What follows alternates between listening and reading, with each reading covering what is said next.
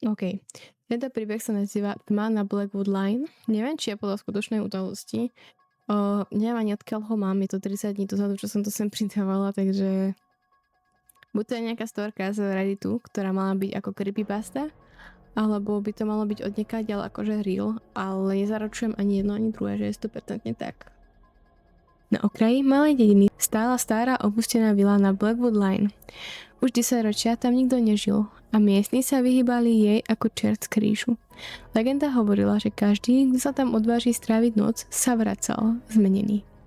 Alebo sa už nikdy nevrátil. Jedného jesenného večera sa mladá žena menom Elena rozhodla, že chce odhaliť pravdu. Bola to novinárka, fascinovaná nevysvetliteľnými udalosťami a paranormálnymi prípadmi. Blackwood Line bola jej poslednou šancou na článok, ktorý ju preslávi. Keď prechádzala cez starý železný plot, vietor zafúkol cez praskliny vo vrate a privila slabý zápach starého kadidla a prachu. Dvere vily boli otvorené, ako by niekto čakal jej príchod. Elena vstúpila. Prvé kroky vo vstupnej hale boli sprevádzané zvukom praskajúceho dreva pod jej topánkami. Steny boli pokryté prachom a starými portrétmi. Ich oči sa zdali sledovať každý jej pohyb. V suteréne našla starožitný denník zviazaný kožou, ktorý ležal na podlahe medzi rozbitým nábytkom. Listovala ním a čítala o rodine, ktorá tam kedysi bývala, o mužovi, žene a ich 2 deťoch. Posledné zápisky boli chaotické. Písal o nočných návštevníkoch, o šepotoch v chodbách a tieňoch, ktoré sa pohybovali nezávisle od svetla. A ako sa slnko schovalo za obzor, teplota v miestnosti náhle klesla.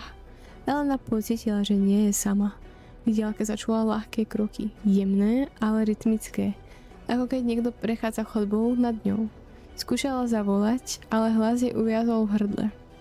Kroky sa priblížili a zrazu zastavili, presne nad hlavou. Odrazu sa všetky portréty na stenách zahmlili a z ich očí sa zdalo, že sa na ňu pozerajú s očami plnými bolesti a hnevu. Steny haly sa začali mierne triasť a Elena pocítila zvláštnu vibráciu pod nohami. Zrazu sa terénom ozval šepot, ako by tisíce hlasov hovorili naraz.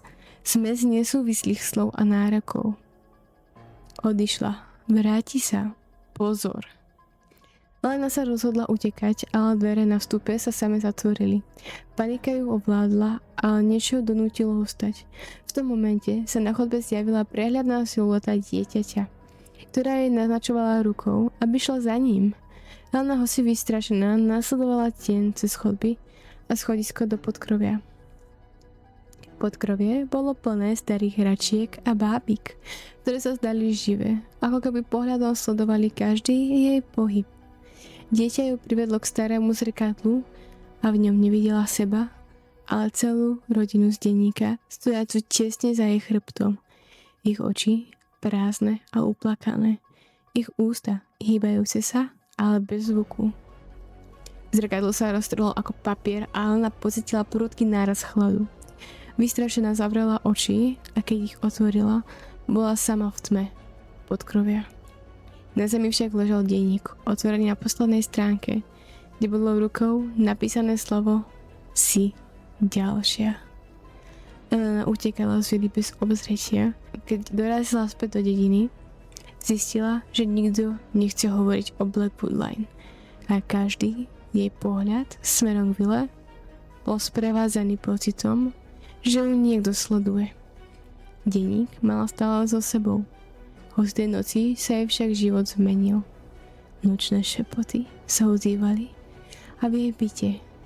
Občas, keď sa pozerala do zrkadla, zdalo sa jej, že niekto sa tam skrýva za jej vlastnou odrazovou tvárou, čakajúci na jej ďalší krok.